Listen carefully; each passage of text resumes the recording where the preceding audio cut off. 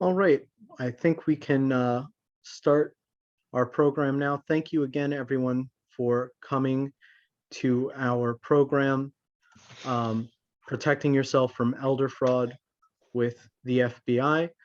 Arnold Adams from the FBI Newark Division is here with us virtually today, and he will be leading the discussion tonight about the subject of elder fraud and cybercrime and how to protect yourself from both. Should you have any questions tonight that you would like to pose to the FBI directly, I can get you in contact with them after the program. I will put my email in the chat so that everybody can have that. But if you have any questions that you would like just generally answered tonight, please feel free to put those in the chat so that we can answer them at the end. So now, without any further ado, I will hand it over to Mr. Adams, who will begin our program. Thank you very much, Mr. Adams. All right, thank you. Thanks, Chris. Hey, good evening, everybody. Let me make sure that you guys can hear me well. Hey, Chris, can you give me a thumbs up, please, if you can hear me well? Hey, thank you. Good evening, everybody. My name is Arnold Adams. I am a part of the community outreach program. I'm a community outreach specialist. I am not a special agent, but I'm part of the public affairs. And what we do within the FBI, I will be considered the gatekeeper.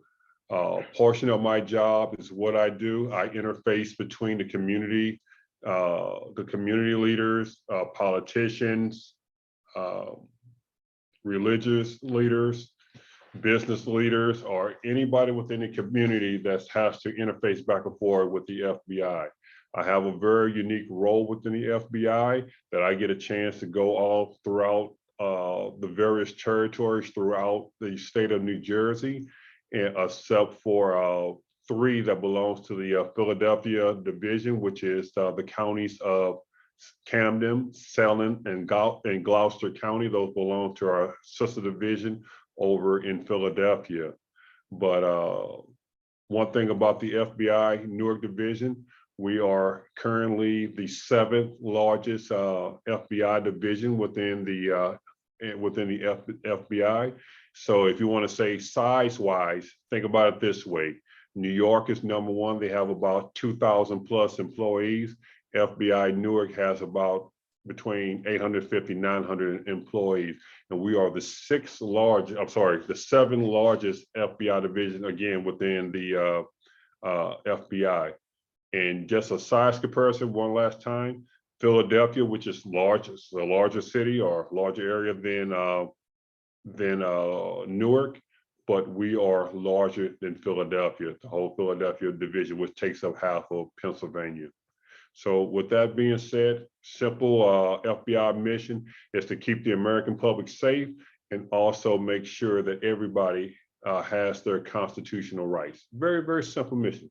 Keep you safe, make sure that you have your constitutional rights. So with that being said, we're going to have a great presentation tonight. Please write down your questions, push them out to Mr. Elford, Chris Elford, and we're going to talk about that at the end. But again, if you have an issue or something that is happening within your family life, or you know somebody has a particular incident that happened, and you need to get some additional help with the local authorities, or please wait to the end.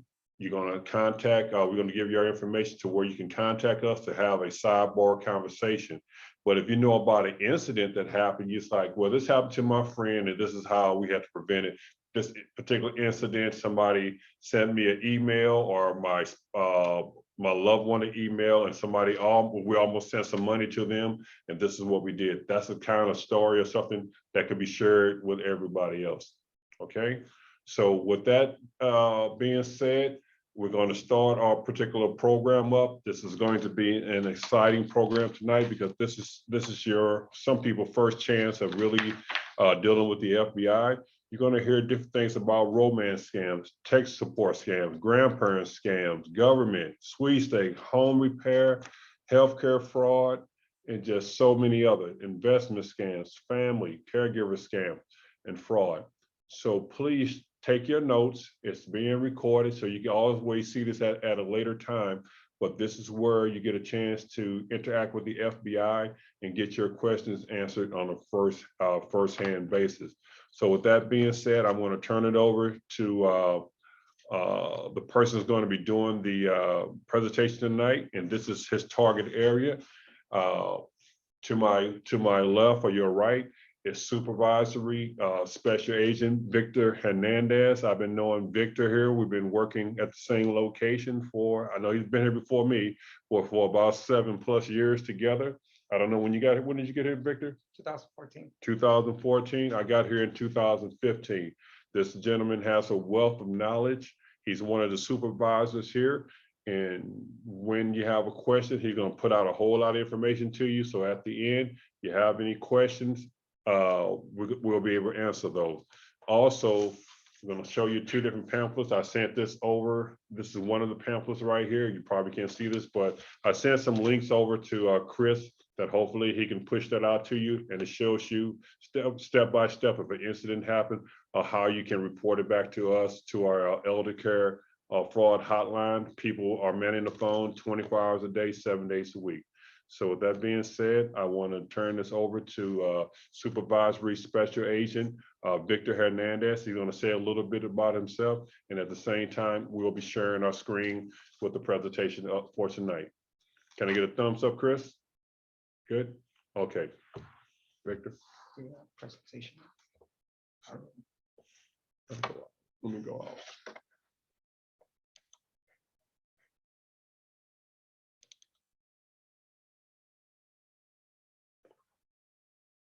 So we're bringing up the presentation right now.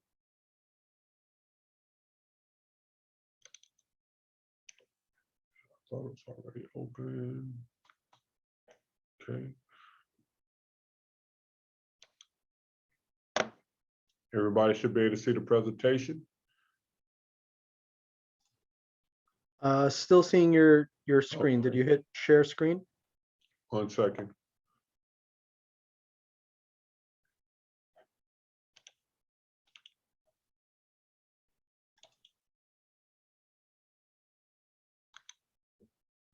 No, sorry. 1 second. Slideshow. Okay.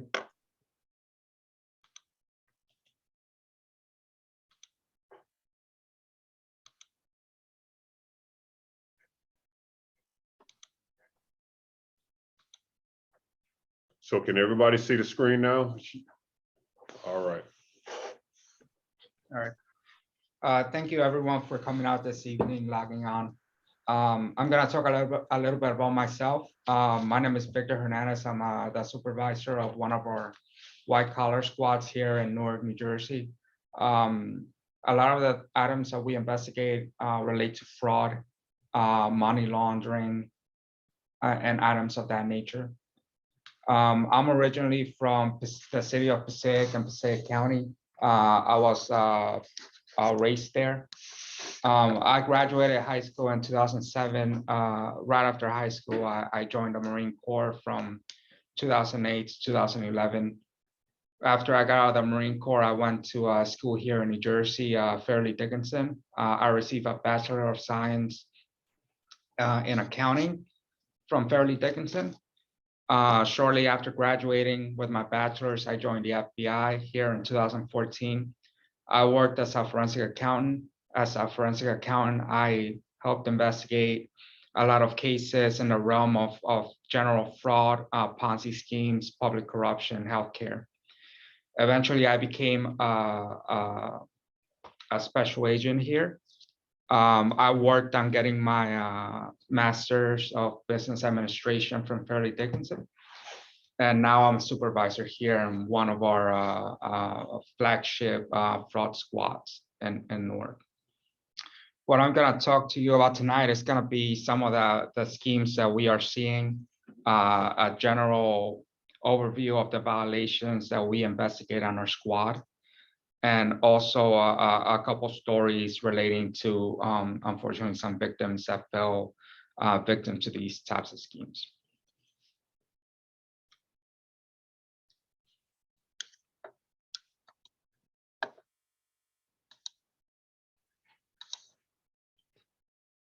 You should be able to hit page down. Some key assumptions for tonight. The first one is assume that your information has been compromised. All of us go online and we purchase items online, and we use a host of different online apps where we put in our information. And a lot of the times, some of those systems can be compromised. I think we've seen it lately on the TV. Even the credit reporting agencies have been compromised, which they carry a lot of the information that we hold dear to our heart, personal identifying information. The second assumption is that these types of schemes happen so often that the volume presents challenges to law enforcement. When we investigate or when we get complaints of this nature into our operations center here, we have to sort through all of these different large quantity of complaints in order to be able to make a case and investigate and prosecute individuals committing these types of frauds. That being said, it is very important for individuals to remain vigilant and protect themselves. That is the best way. Unfortunately, once a complaint comes to us, that means that the fraud already happened. And we don't want that. We want to be able to educate individuals so that they can protect themselves and prevent themselves from falling victims to one of these schemes, and therefore not being in a position where they have to contact us, because that means that their money's already gone, and that is what we want to prevent. For tonight's agenda, as I mentioned before, I'm gonna go over some trends that we are seeing based on reporting to our office, as well as IC3.gov, which is typically where individuals go to make a complaint to the FBI. I'm gonna give a brief overview of some of the schemes that we have been encountering. And I am gonna go over some remedies. And by remedies, I mean some red flags that you should be looking out for. And also, if you do fall victim to one of these schemes, what to do once you realize that you have been victimized.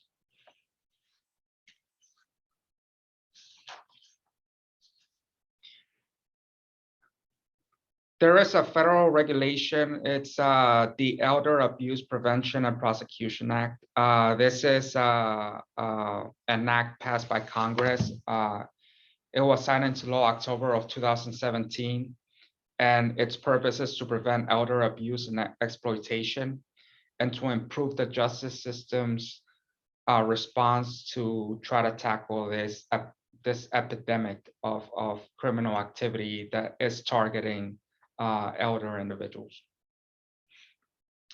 And the purpose of this act came about because we saw an increase of individuals being targeted whose age was over the age of 60, and that became fairly obvious when we started looking at the numbers and started looking at the statistics, and that's how this act came to be. Based on that act passed by Congress, the Department of Justice created an Elder Justice Initiative. The Elder Justice Initiative by the Department of Justice began in March of 2019. And this was particularly to address the growing number of elderly victims who we were able to see based on statistics, based on complaints that were coming into our office, as well as into the Bureau overall. Every year we have another fraud sweep, which means that we look at all of these complaints across the Bureau, across the country, and we're able to make statistics to try to target these criminal entities more effectively. And that occurs and that began around March 2019 and ran through March of 2020. And based on that 1 year, we were able to charge 400 individuals who were noted in the complaints that we received. And the individuals that we were able to charge engaged in financial schemes that were targeting or largely affecting the elder population. And based on the criminal activity of these individuals, some of the losses were over $1 billion, which if you can imagine $1 billion while targeting a specific group of individuals typically over the age of 60 is quite a large amount of money. We also, the Department of Justice also started a Transnational Elder Fraud Task Force, which was established over 6 regions concentrated throughout the US in order to better target the criminal entities that were causing so many losses for elder individuals. These are some of the numbers that came out of our IC3.gov complaint database in 2020. Out of a total number of 791,000, there were reported losses of $4.1 billion. A large number of those complaints, 105,000, were individuals over 60, and they accounted for $966 million. So as you can see, individuals over the age of 60 account for a large number of complaints, and they account for a large number of losses as well. And that is where it came about, where the Bureau was trying to fix these statistics, trying to make sure that the statistics didn't continue the way they were. And that's how we initiated large campaigns to try to educate the public, as we are doing here tonight. And for that same year, 2020, you'll see some of these complaints, and you see that the large majority were of individuals over 60. If you see the other targeted groups, the least targeted is individuals under 20 and accounted for a lot less loss than the individuals that qualified under the Elder Initiative.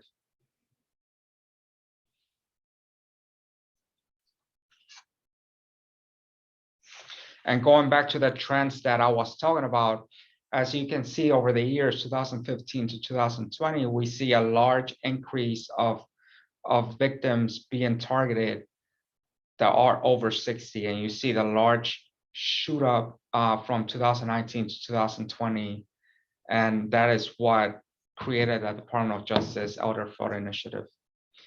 And you can see the corresponding losses for these for the targeting of these individuals and the losses that amounted to individuals falling victim to some of these schemes that were being perpetrated against them specifically.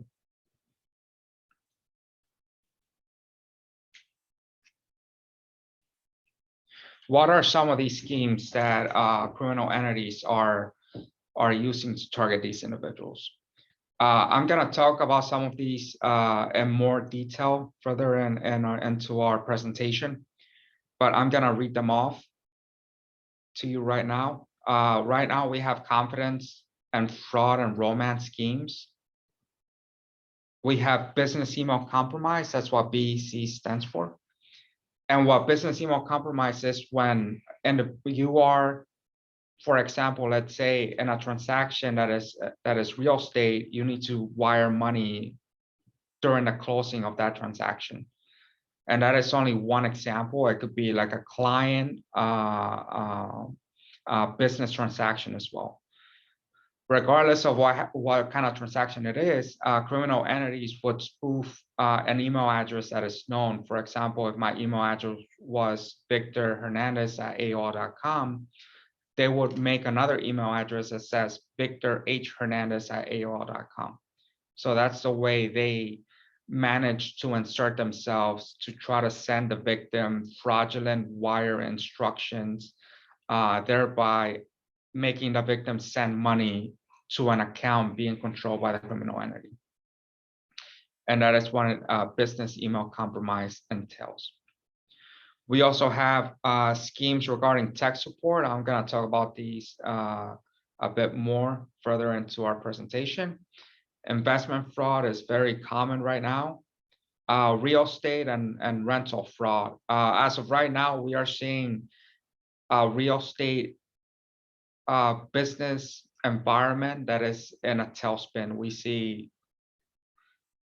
properties being sold at a very inflated price, which criminal entities use to pique the interest of investors. And what they do with these is everything that they're telling the investors sound really good. They're gonna make a lot of return on the money that they invest, but typically the criminal entities would not have a real business, and they would, in essence, do a Ponzi scheme based on these things that they are telling the victims, and they will use that money for personal purposes. We have government impersonation. I'm gonna talk about this later on in our presentation in further detail. We also have spoofing, which is what I mentioned regarding the business email compromise. It's when you create something that is similar to what a victim knows, for example, an email address with a minute change to it, where the victim doesn't realize it until it's too late, and they send their money based on fraudulent communications to an account controlled by a criminal entity. And then we have non-payment, non-delivery, and finally identity theft. And as you can see with the numbers we have here, these account for a large number of the complaints that we received where the victim was noted as being over the age of 60. Some of the training schemes that I'm going to talk to you about tonight, it's the confidence and romance fraud schemes. Various types of advanced fee. I'm going to focus more on timeshares because that's one of the trends that we are currently seeing. An advanced fee based on timeshares. Investment fraud is very popular right now, and we are seeing an uptick in the complaints that are coming to us either through the field office or through IC3.gov of individuals being targeted based on fraudulent investments. And finally, I'm going to talk about tech support. And this is another trending scheme that we are seeing. And I'm going to talk about all of these more in detail in the coming slides.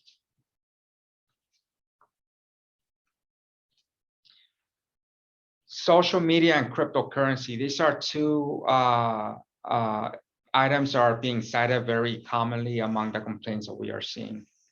Social media makes it easier to target individuals through social engineering. And like I mentioned, criminal entities are statistically targeting elder individuals over 60. Now, what is social engineering? Social engineering is a use of deceptive techniques to manipulate individuals into divulging confidential or personal information. And that personal information that the criminal entity is able to get out of victims, they eventually use it to commit the fraud against them.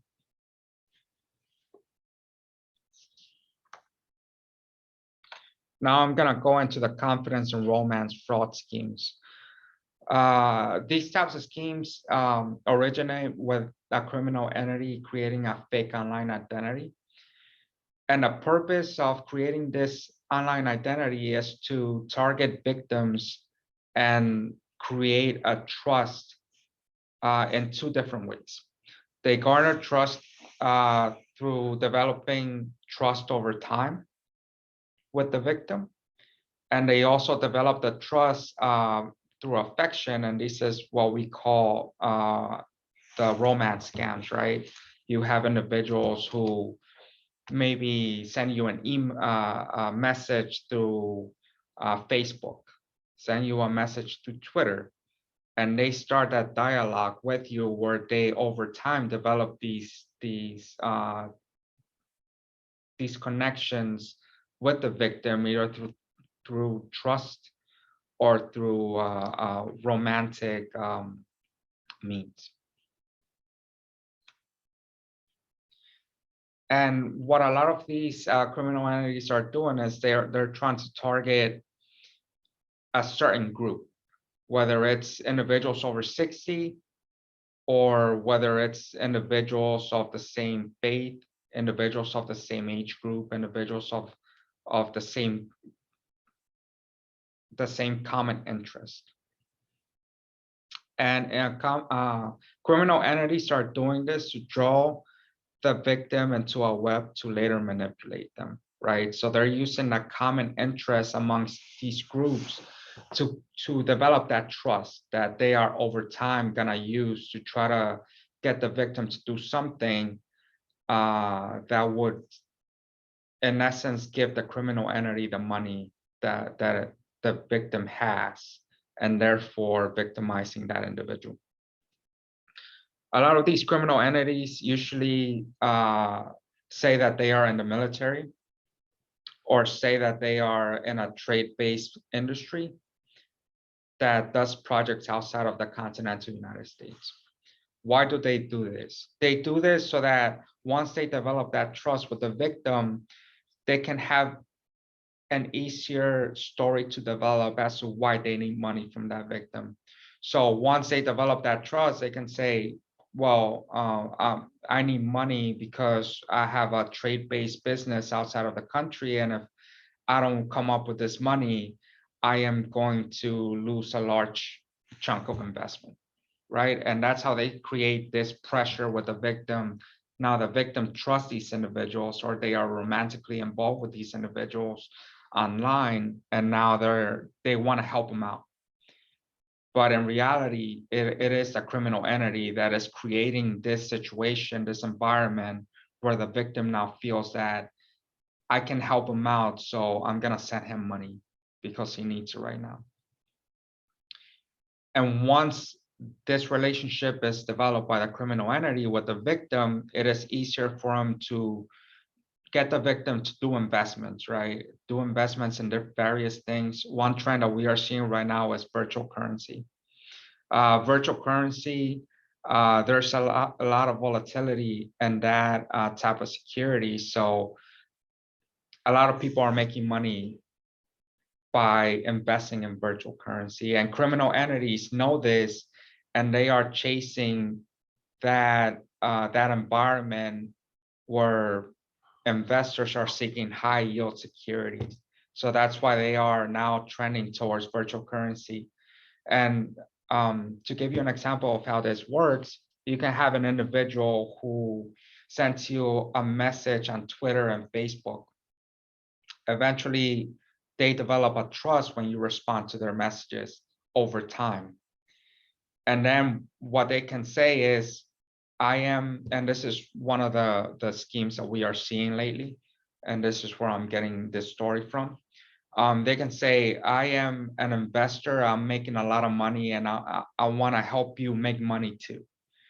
And they're going to tell you, I am investing in this type of virtual currency, and look at how much money I'm making. But in reality, what they're showing you is not real. It's something that they created to make it appear that they are truly investing in a virtual currency security and making a lot of money, therefore piquing the interest of the victim, where the victim now says, I want to make money too, so I'm going to send the money to where the criminal entity tells me. At the end of the day, there's no investments, and the criminal entity gets to keep the victim money, unfortunately. Another scam that we are seeing often is what we call a grandparent scam. And these types of scams, you have a criminal entity that impersonates a relative of an individual who is an elder individual over the age of 60. Typically, the elder individual, the victim, receives a call from an individual saying, or acting as a relative of that individual. It could be a grandson, it could be a son, it could be a daughter. In essence, what the criminal entity is gonna do is gonna tell this individual, for example, I got pulled over and I need bail money. This creates an environment that is stressful for that individual, for that potential victim. It's an environment where the urgency to send them money clouds the vision of that individual, right? They want to help out the grandson to get bail money, so they're going to send that money over to an account that is given to them by the criminal entity. And this is obviously what we call them grandparent scams. Typically, they target elder individuals and they create a sense of urgency to get money out of that individual.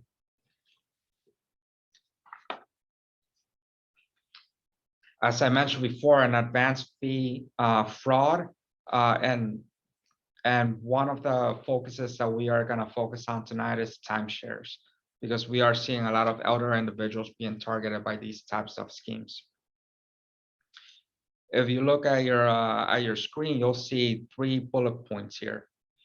And these 3 bullet points are different variations of the same type of scheme that we are seeing. I'm going to read over all 3 of them, and then I'm going to give you the commonalities amongst them, and also the subtle differences and how these criminal entities are using various types of information to try to target individuals, elder individuals. For timeshare schemes, we have unsolicited phone calls from non-legitimate buyers, fake timeshare resale agents, timeshare contract cancellation, and timeshare exit lawyers. Now, all of them have something in common. When a criminal entity gets your interest piqued, he's gonna ask for an upfront payment from you. And this is the money that they are gonna keep for themselves. This is the profits of their illegal activity. And this is the money that you are going to lose if you do fall victims to one of these crimes. The first one, unsolicited phone calls from non-legitimate buyers. Individuals will cold call you and tell you that that they have a buyer for your timeshare. And the money that they ask upfront is based on closing costs, transfer fees, taxes, international transactions. So what they are trying to do is trying to create a situation where the victim or potential victim wants to make a profit off of a timeshare that they own. So they're gonna get a good deal out of these criminal entities, and they're gonna accept that deal. And the criminal entity is gonna say, well, before we can sell your timeshare for a profit, you're gonna have to pay me a fee for the closing costs.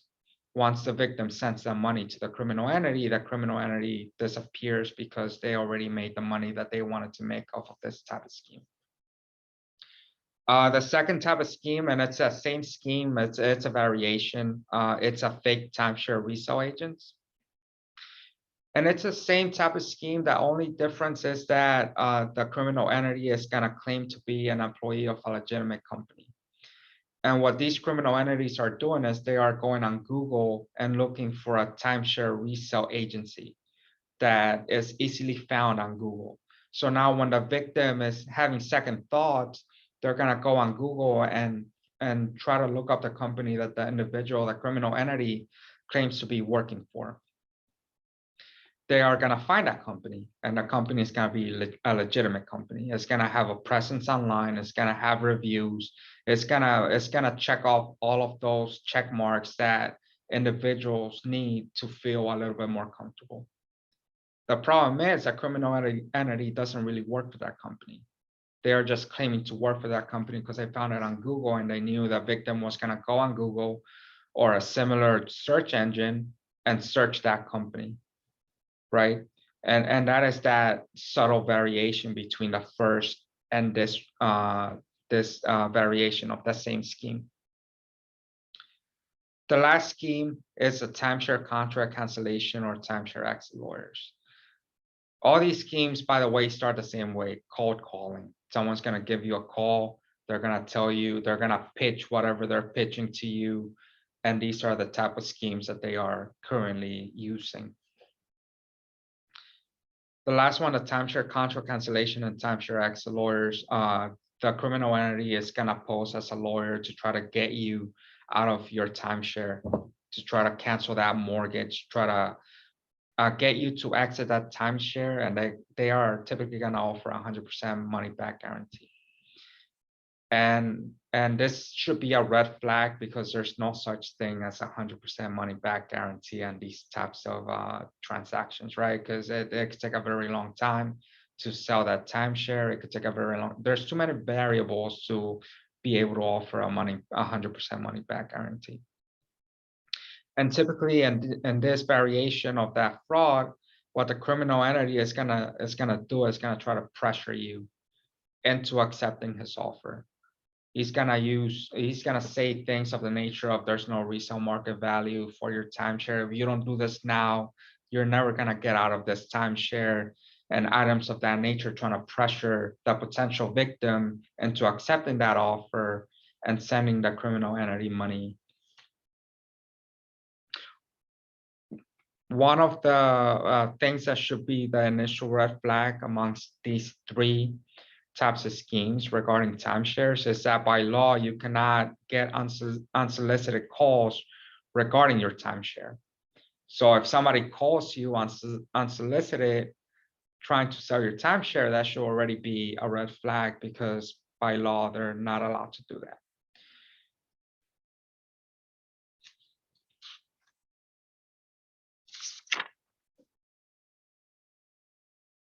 Now I'm gonna shift into investment fraud. Investment fraud involves the illegal or purported sale of financial instruments. These financial instruments are offered to potential victims at low or no risk investments, guaranteed returns, overly consistent returns. Sometimes they use complex strategies to try to keep the victim in the dark as to how their scheme works and how the victim is going to make those returns. That way the victim cannot question the scheme, thereby exposing it at a later date. And they also use unregistered securities. Now, all of these have something in common, and they are the red flags that you should be looking for. If somebody offers you an investment that is what we call too good to be true, right? Some of those are promises and guarantees. They'll promise you that you are going to make a return. They're going to guarantee it. The problem is that there is no investment that is guaranteed to make a profit. So that should be the first indication, the first red flag that, hey, something's not right. So what should you do if you see that initial red flag? You should do a little bit more due diligence, go on Google, make sure that there are no complaints out there, make sure that everything pans out when you Google that company or that individual. A lot of these individuals will also offer the potential victim high returns with little or no risk, and also consistent returns on their investments. The problem with these two is that describes the perfect investment, right? I want to make a lot of money on the money I invest, and I want no risk absolutely at all. It doesn't happen. It's not logical for an investment to fit those two criteria. So if somebody offers you an investment that is too good to be true, as I mentioned before, consistent returns, high returns, and no risk, you should be a little bit more wary of that investment and do a little bit more due diligence before you invest with that individual or company. Another common trend that we are seeing where that criminal entities are using to try to pique the interest of potential victims are lockout periods. They offer the victim an investment, but they tell the victim that if they invest with that individual or that company, they cannot pull their money out within 5 years. Now, why do criminal entities do that? They want to make sure that the victim is not trying to pull their money out prematurely and exposing the scheme, right? Because the money that people are investing, they are using for personal expenses, or they are using to pay victims that came before that victim's money came in, right? So I'm gonna use the victim I get today to pay the victim I took the money from yesterday, to make sure that my scheme continues on without investors becoming a little bit more aware that something might be amiss. A lot of these individuals, they target victims of a certain group. And the certain group doesn't just have to be elder individuals. It could be groups based on religion, ethnicity, anything where there is a large group of individuals with a common interest. And the reason why these individuals target these types of individuals that have a common interest in a group is that they can use that common interest to build trust with the victims. And eventually they use this trust that they build to be able to better manipulate the victim to do something like invest in a Ponzi scheme, or invest in fraudulent virtual currency, or do items of that nature where the victim voluntarily sends the criminal entity money. We call this targeting within a certain group affinity fraud. And that is the use of, like I mentioned, a common interest to build trust. Right now, we are seeing a trend where investors are targeting or have a large appetite for chasing higher yields. Not too long ago, we saw the stock market going a little bit crazy with AMC stock and GameStop stock, where individuals were investing in these two particular stocks, and they were making a very large profit in a short amount of time. And it wasn't a profit based off of a natural occurrence in the market. It was more man-made, where the stocks were being inflated and profits being made, but it wasn't being inflated based on any particular reason that is naturally occurring in the market. What we are seeing is that criminal entities are targeting these types of stocks, are mimicking the same performance of that stock to try to get victims or potential victims to invest their money. They are also targeting, like I mentioned before, virtual currency, where there's really no benchmarks for virtual currency yet. It's just a crazy security that goes up and down, has too much volatility, and you can't really tell why it is that they are so profitable. They go up really high one day and really low the other day. We call that volatility. Right now, as more and more people go on the internet, it is making it easier for criminal entities to target individuals.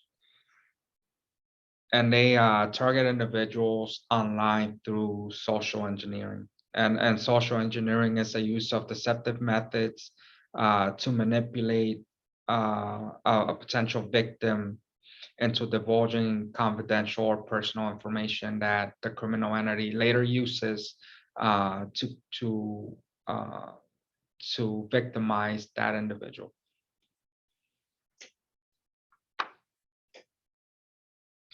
The next type of fraud that we are seeing commonly is tech support fraud.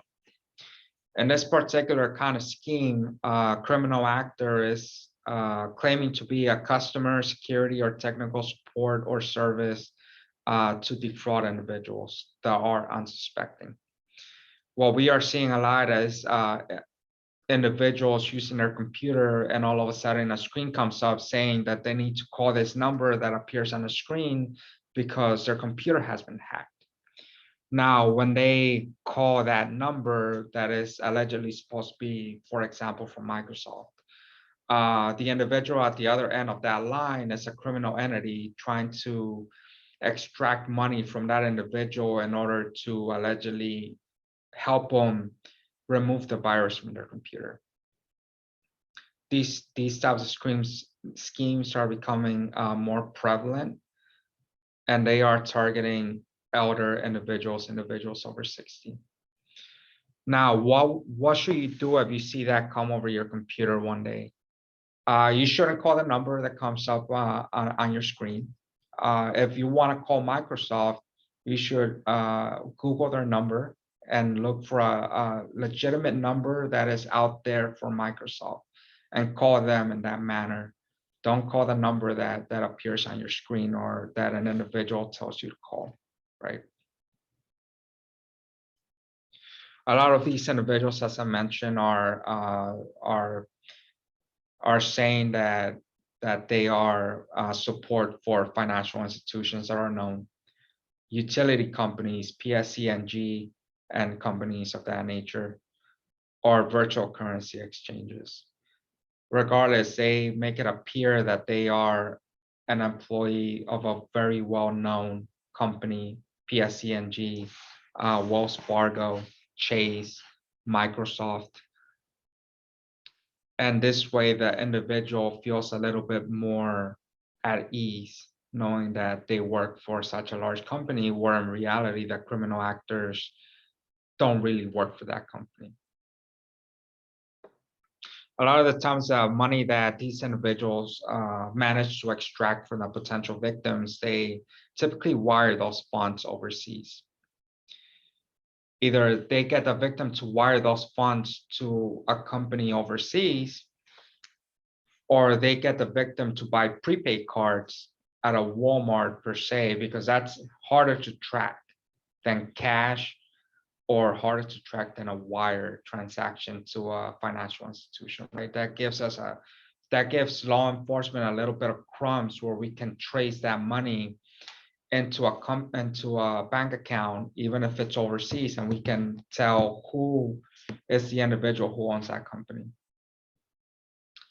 If the criminal entities are able to get the victim to buy prepaid cards, now the victim is going into a Walmart paying cash for prepaid cards, which are untraceable. And that makes it harder for law enforcement to be able to track these criminal entities. In 2020, we received via ic3.gov, which is our website where criminals can go and make a complaint to the FBI. We received over $15,000 complaint, 15,000, my apologies, 15,000 complaints related to this type of fraud, tech support fraud. And the victims were located in over 60 countries. And the loss amount based on this fraud alone for 2020, $146 million.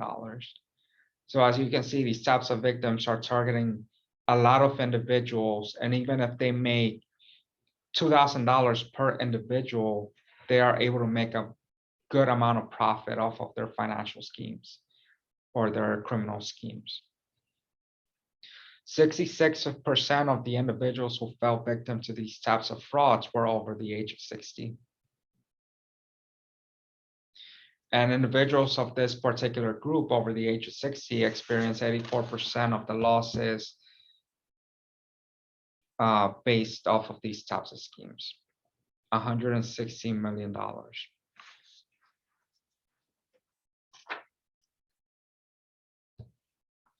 Now let's talk a little bit more about the types of schemes that came about because of the COVID-19 pandemic. The pandemic created an environment that is target rich for criminal entities to target. As of October of 2020, IC3 received over 34,000 complaints due to COVID-related types of schemes. Some of the schemes relate to unemployment insurance.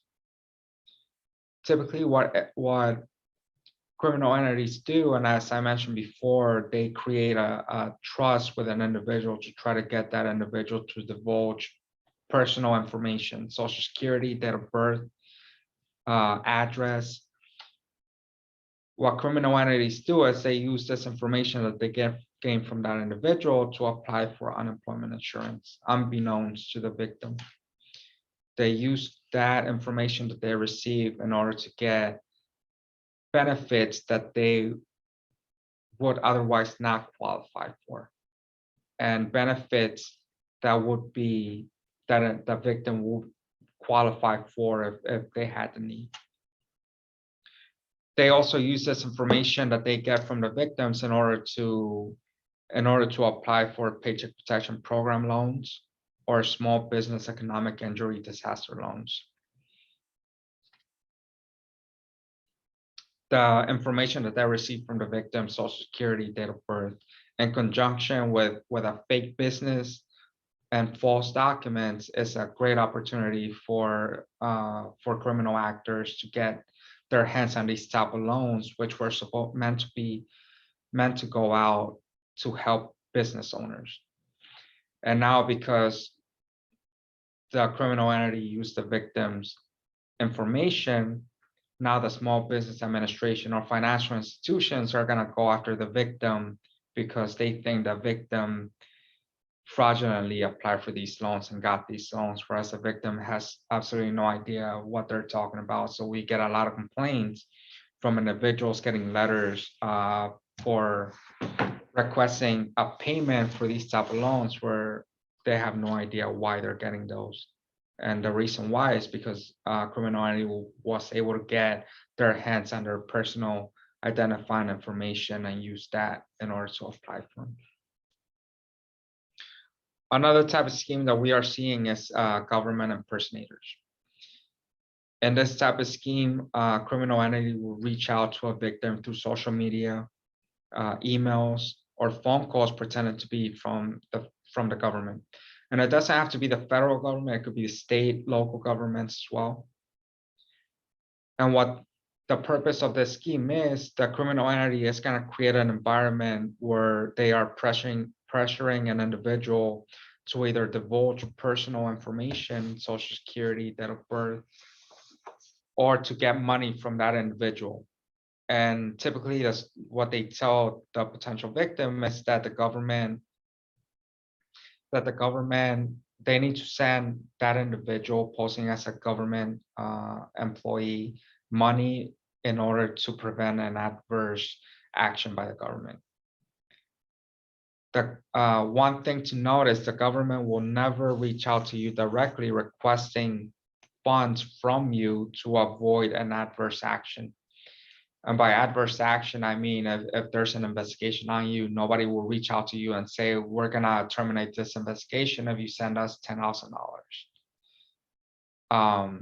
The FBI, IRS, local or state will never reach out to you and request money. If somebody reaches out to you requesting money, impersonating the government, saying they are a government agent, you should report that to the FBI. Another type of scheme that we are seeing relating to COVID-19, and this was early on during the pandemic, was vaccination scams. In this type of scheme, the criminal entity would request money from the victim in order to get on a waiting list to receive a vaccine, or to put their name on a vaccine list before the vaccine was readily available. And these type of criminal entities, they target victims using advertisements, emails, telephone calls, bumping them online, sending them text messages or messages through Twitter, Facebook, social media platforms. And these types of messages were coming from unsolicited and unknown sources. And variations of these schemes, it doesn't just have to be vaccination, right? It could be mask, it could be anything, really. You could put anything of need at the current moment and run the same scheme.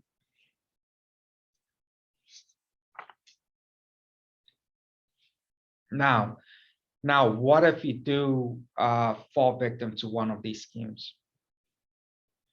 As I mentioned before, we have a website. It's called ic3.gov, Internet Crime Complaint Center.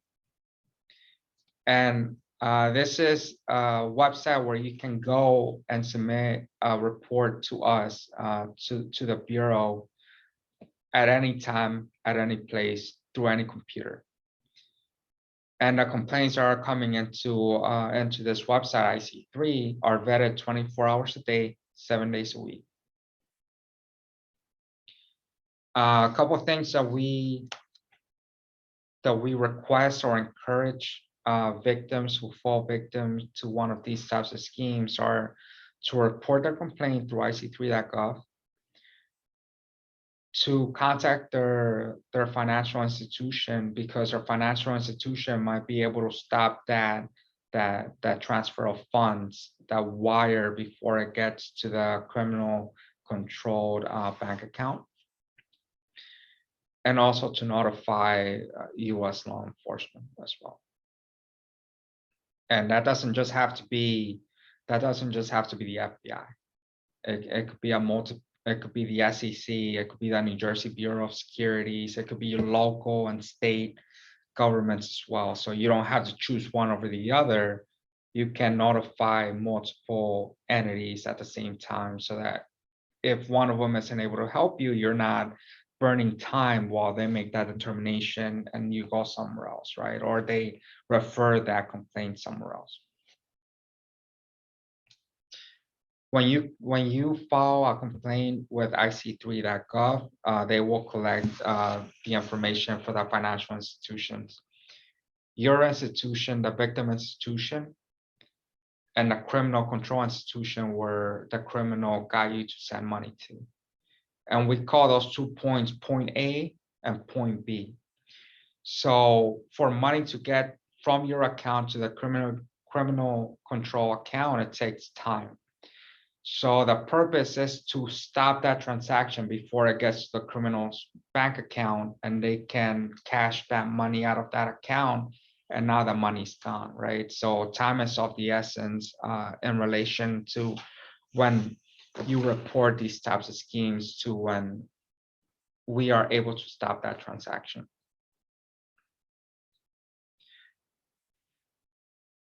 And also, when you file a complaint through IC3 and it gets vetted and it goes through what we call the financial fraud kill chain, which is that process where we try to stop that transaction between your account and the account controlled by the criminal entity where you are sending that money to. We are able to freeze that account that is controlled by the criminal entity, because more times than not, you are not just the only victim to that particular individual. He's using that same account for multiple victims over time. So we want to cut his access to that account so that he cannot keep victimizing individuals.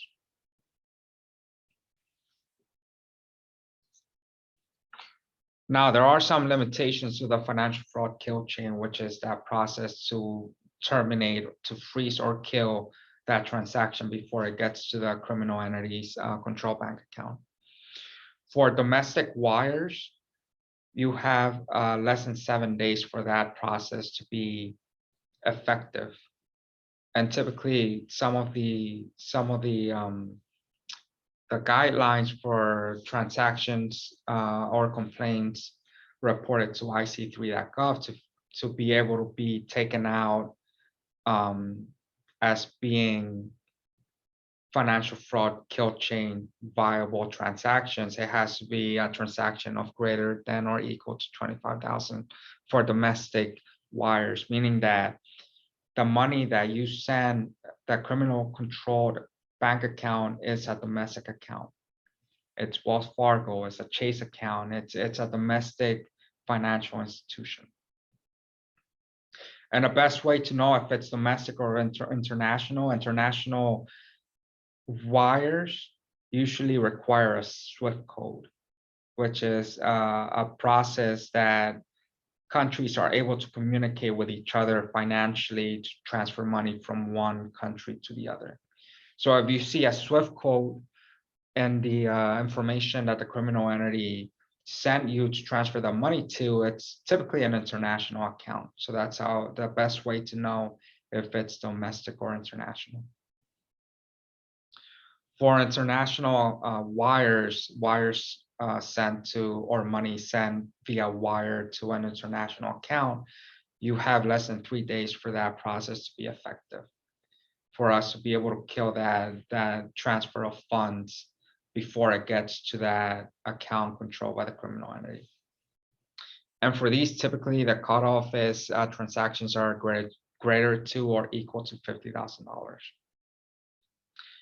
Once you file your complaint with IC3.gov, some of the information that you must provide, and this is very important because time, like I mentioned before, time is of the essence.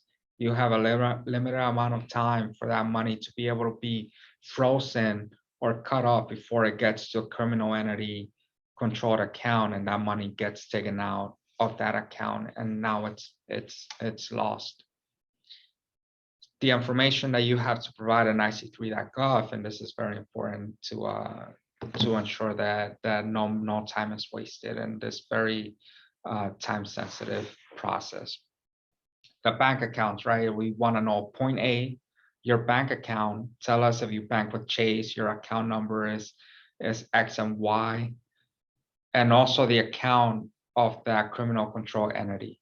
So tell us, this is the bank account, this is the number that he sent me. If you have a SWIFT code, include that as well. So we want to identify those 2 points so that we know these are the individuals that we are going to be contacting to make sure that this money never gets to the criminal entity. Also, other points of data that we need to know is the amount of money that you send and the date that you send that money.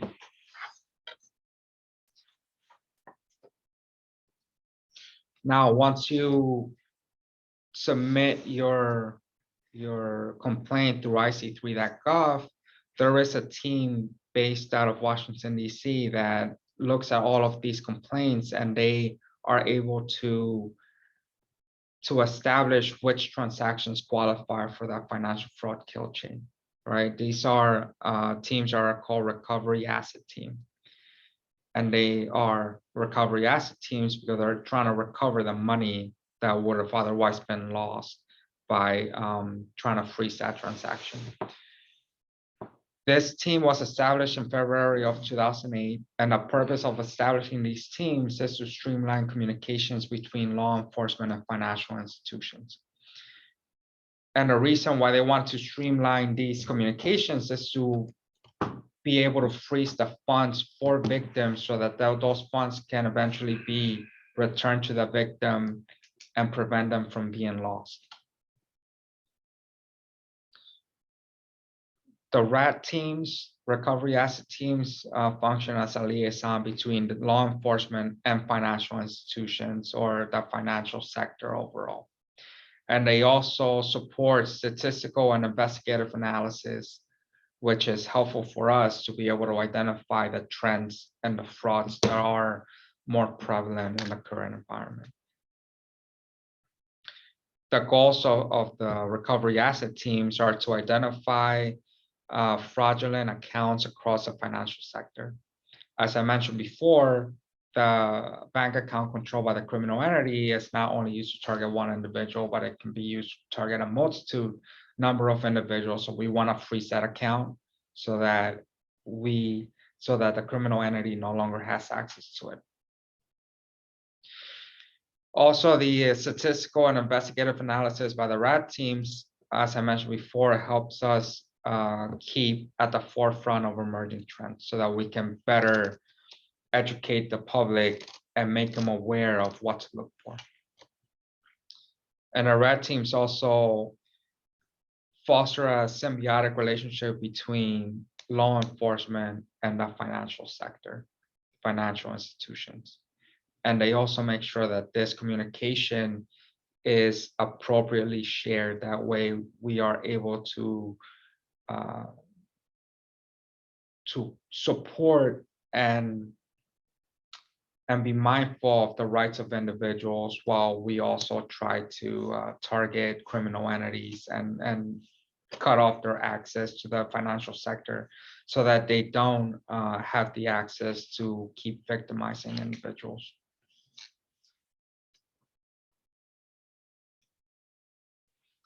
One final takeaway from the presentation is a feel-good story, and law enforcement will never tell you to do anything of this nature, but for this instance, it worked out for the individuals involved. This is one of the schemes that I talked about, that grandparent scheme.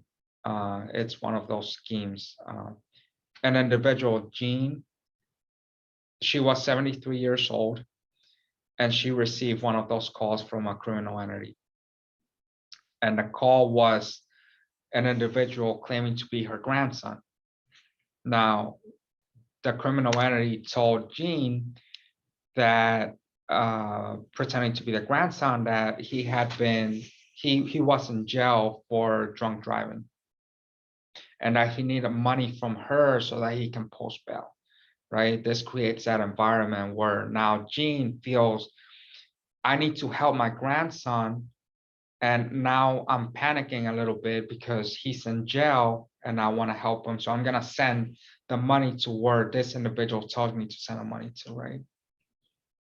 But there was one problem. Jean's grandson was too young to drive. So this obviously didn't fit into the story that the criminal entity had created to try to get money from Jean. This alerted Jean that it was a scam. And eventually what Jean did is she called law enforcement, and then she called this individual back and told this criminal entity, I have the money, but you have to pick it up from my house, right? So when the criminal entity showed up at her house, there was law enforcement waiting for that individual to arrest him, because he was in essence trying to scam money from Jean. Law enforcement will never tell you to do this on your own. Obviously, we don't want the public in any sort of danger. If you do realize that you have fallen victim to one of these schemes, contact the FBI, contact any other federal agency, state or local as well, and let us know. Even if you end up not sending money to the criminal entity, we want to know that you were being targeted. That way you can be another point of information where we can make these connections and try to see what the trends are, try to get individuals who are committing these frauds. Because just because one individual didn't fall victim to that, that doesn't mean that somebody else isn't going to fall victim to that particular criminal entity. So that's how we start our investigations, following those types of informations and complaints, and trying to make connections so that we can ultimately find these individuals, arrest them, and prosecute them for what they're doing.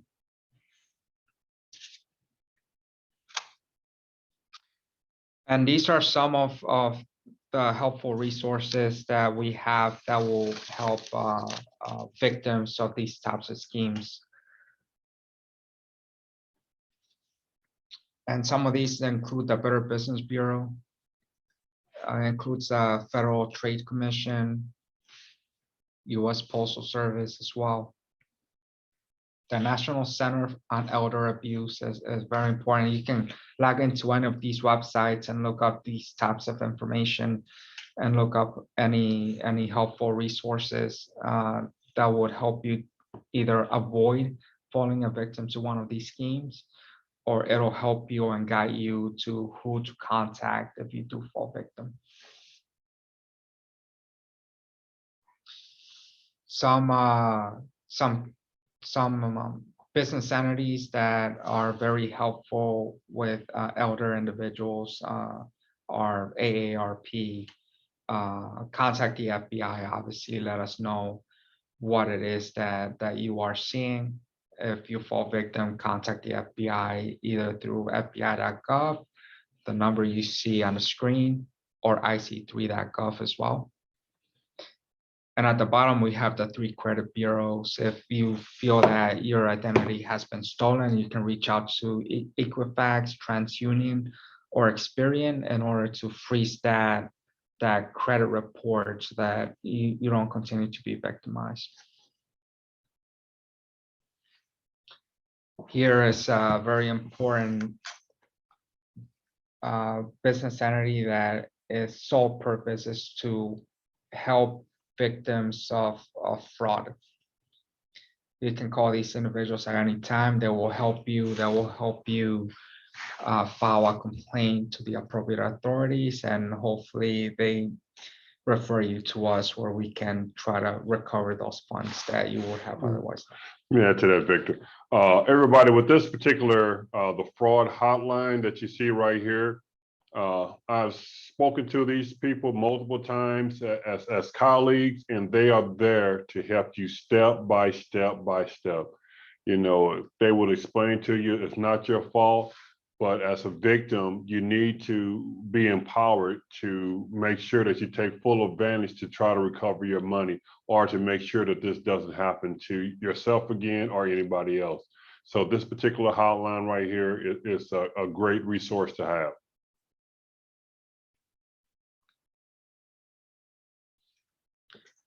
My name is Victor Hernandez. I'm the supervisor for a squad, white collar squad here in Newark, New Jersey. And this is IC3.gov, which is very important for you to report these types of schemes if you fall victim, or even if you are targeted but didn't lose any money. That helps us identify any trends. And this is our phone number, 1-800-CALL-FBI. You can call that number at any time and report that you have been victimized by one of these types of schemes. Okay, so at this time, I want to thank Victor first and foremost, and for doing this presentation. And we're going to turn it over to you guys. This is where you can interact with us, and you can ask us any questions at this time. So, Chris, can you lead the way with that? Anybody who has a question, let's get the answer right now. Certainly, we had a question about the presentation. The library is going to try to make this presentation available on its YouTube channel, so you can always watch it again if you would like, or if you find any of the information here to be particularly helpful, you can always share that information with you know, whoever you would like through our YouTube channel. Agent Hernandez, just to try to get the ball rolling a little bit for questions, what should people do, you know, when they think that they've been approached with a scheme that doesn't sound right? What are the first steps that they should do to calm themselves, to get ready to determine if something is a legitimate entity trying to reach out to them, or if it is an entity that is trying to trick them into giving up their personal information or money? Right. I think the first thing that they should do is try to look for some of those red flags that I have spoken about. And also, if somebody reaches out to you, cold calls you, is unsolicited, contacts you, unless you know that individual, don't contact them back, right? Because a lot of the times what they are trying to do is trying to draw you in. Once you contact them back, they're gonna further their scheme. They're gonna try to build that trust, that confidence between both of you, so that now he's better able to manipulate you. So I think the most important thing is don't reply back to individuals who contact you who are unsolicited. And also do a little bit of research if you are about to invest money in a certain type of company or type of scheme, right? Go on Google, do a little bit more research, see if there's any other individuals who are posting things claiming that this is either a legitimate or illegitimate company. Also, another thing is if, for example, if somebody tries to get you to give them money based off of one of the schemes that I had mentioned before, that virus on your computer telling you call Microsoft at this number, don't call that number. go on Google, look for the Microsoft customer support number that is directly from the Microsoft website, and call that number instead, right? Because a lot of the times that number that is gonna pop up on your screen is a number that is controlled by the criminal entity and not really controlled by Microsoft. Right, it looks like we have one participant that raised their hand. I'm going to unmute them. They can ask their question. Hi, agents. I'm going to ask a question for your opinion. If you've received an unsolicited inquiry, do you feel it's an effective ploy to say that you're willing to review any material that might be sent through the mail? Ordinarily, you're told that, you know, we can't afford to send stuff through the mail and stuff, but isn't that like an added layer of legal protection if they do attempt to send some kind of criminal activity mail through the mail? Now they've also engaged in mail fraud. Yes, a lot of these criminal entities will try to target victims in any way they can. It can be either through mail, regular mail, it could be letters, it could be advertisements, it could be through the phone. They could give you a call. I mean, we've all seen these, we've all gotten these calls from a car warranty company. I think everyone knows what I'm talking about. So they'll target any way they can. A lot of, like I said, and with the explosion of the internet now and social media, what they are doing is they are using that platform, social media platforms, in order to target individuals. So it's not just one way that they are targeting, they are using every single way they can, because they want to make those illicit funds that they can use for their own personal purposes.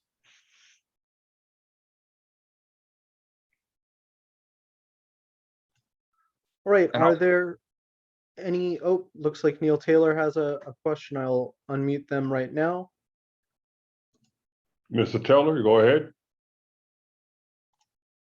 I have one quick question. Often I get, like, on my phone, I get like I get a text from some weird person I don't even know, and it will say like a really random phrase. Is that like a, you know, I guess that's like a kind of a fraud thing. And then they'll get you into a whole conversation, try to build your trust. And then other times you get like a weird call, like from China, an +86 number. I mean, should you just ignore those or what? I'm just curious on your advice.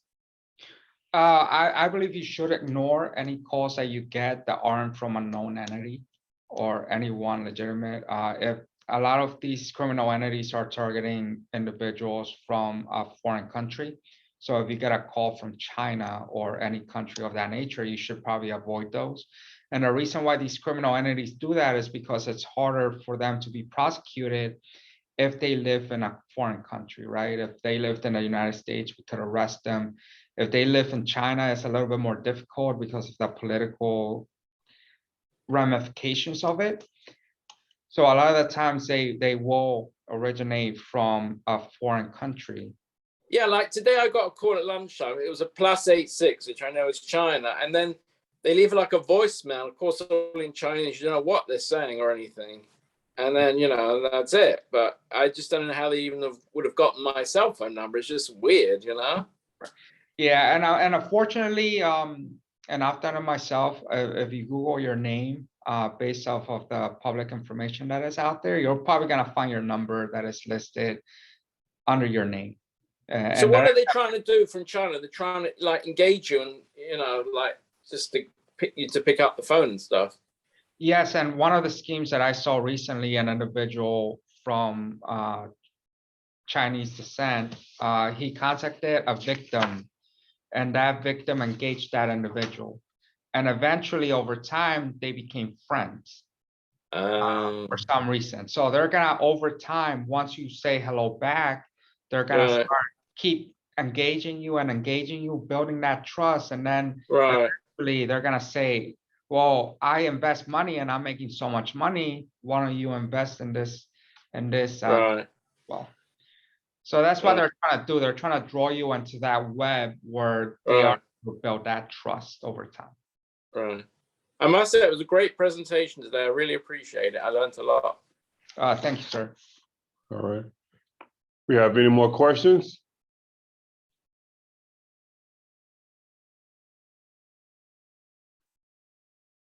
Thank you, sir. Chris, I think you're muted. Thank you very much, Mr. Adams. So again, if you have any questions, please place them in the chat or raise your hand like some of the people here have been doing. If there are no more questions, though, I want to be the first to say thank you to Agent Hernandez and Mr. Adams for coming here tonight, taking time out of their evening to inform us about this very important subject. And hopefully we can do this again sometime soon in person. Okay. Thank you, sir. Well, again, thank you guys for the opportunity for us to get out there and speak with you guys in the Fort Lee community. Much appreciate all the organization that you put forward, Mr. Elford. And I also want to thank Supervisory Special Agent Victor Hernandez, one of my colleagues, been here for, like I said, he got here in 2014, I got here in 2015, and we're going to be here for another 10, 15 years together. And again, thank you guys for the opportunity. And this is what we do to try to keep the American public safe and make sure that you have your constitutional rights. So with that being said, if we don't have any more questions, we're going to sign off tonight, but you guys have our information. All the information for us, how to get in touch with us. Mr. Elford have that information, but again, if you need to have a sidebar conversation, if something comes up, you need to talk to a special agent.